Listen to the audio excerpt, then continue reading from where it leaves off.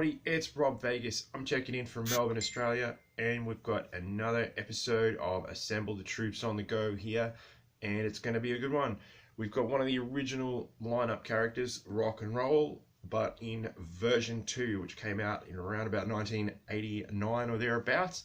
So as always, we're going to check in over at the Rob Vegas Technology Center, have a look at the figure and some of the unusual accessories that came with him, and have a chat about it, and it's going to be a hell of a lot of fun. So look forward to seeing you there.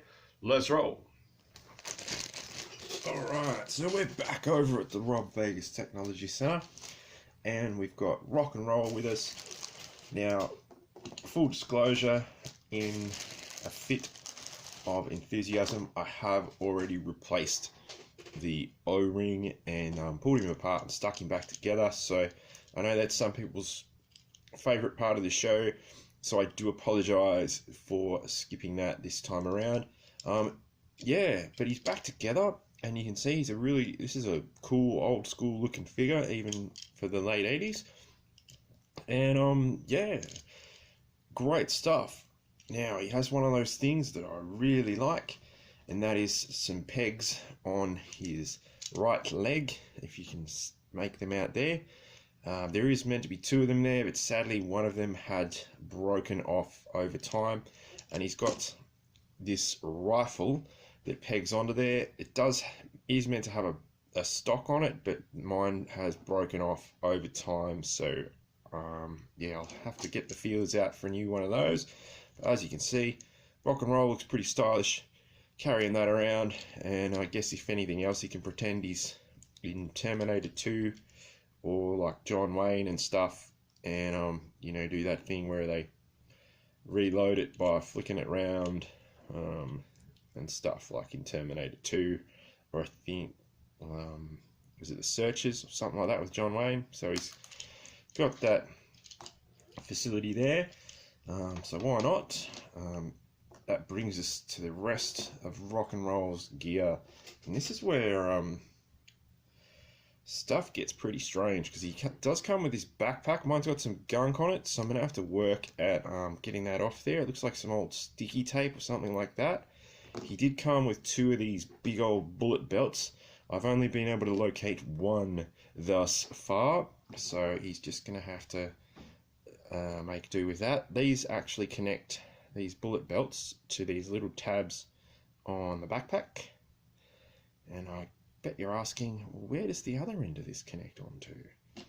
Well, if Rock and Roll doesn't have a... oh dear, the peg on the backpack's broken too. Sorry, Rock and Roll, we're not having much luck. But there we go, I've connected that bullet belt, and as I said, you're probably thinking, hey, where does that go from here?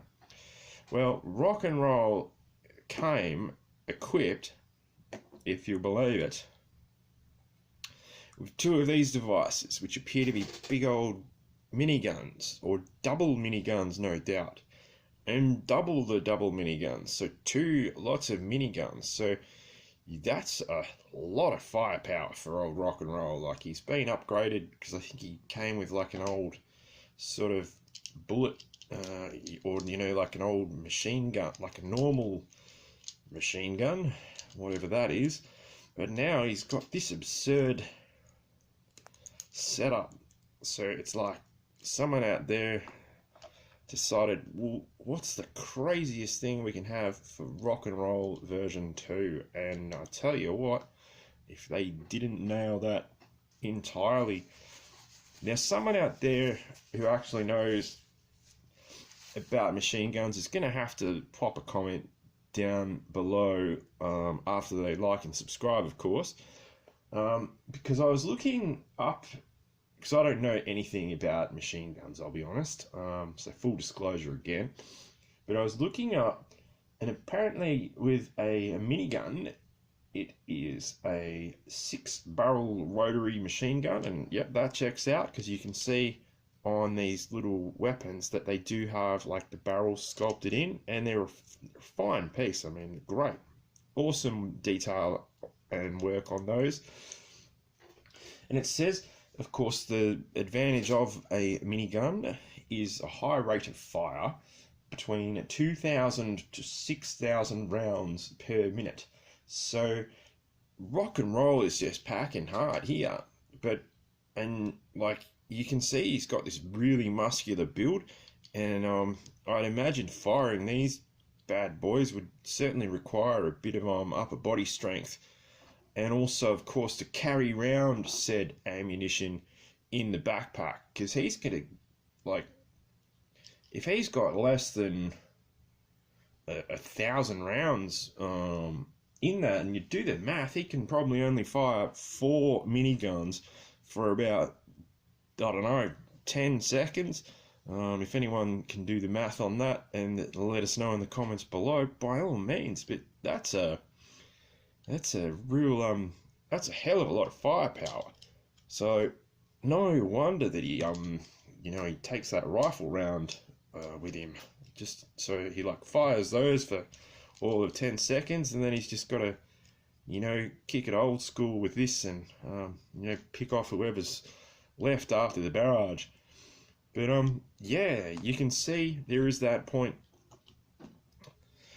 while grounded in the reality of, like, I guess having miniguns and stuff like that and cool accessories, they did kind of take it to an absurd sort of level on this particular figure.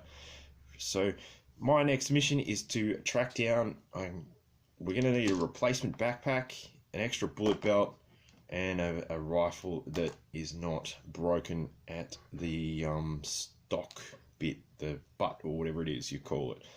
So a bit of work to do on rock and roll, but yeah, you could probably do with a new leg with a peg that is not broken, unless I can fabricate something. But yeah, you can see a really cool figure, and I remember this was a blast when it first came out, literally with all that firepower. So did you guys have this rock and roll or the previous ones? Yeah, let me know in the comments below. Did you have a hat that had bullets all the way around it? Yeah, shout out in the comments, as I said below. Yeah, keep on watching, and I look forward to seeing you in the next video. Like, comment, subscribe, you know the drill. And yeah, keep on collecting G.I. Joe and having fun, and I'll see you soon. Cheers, everybody.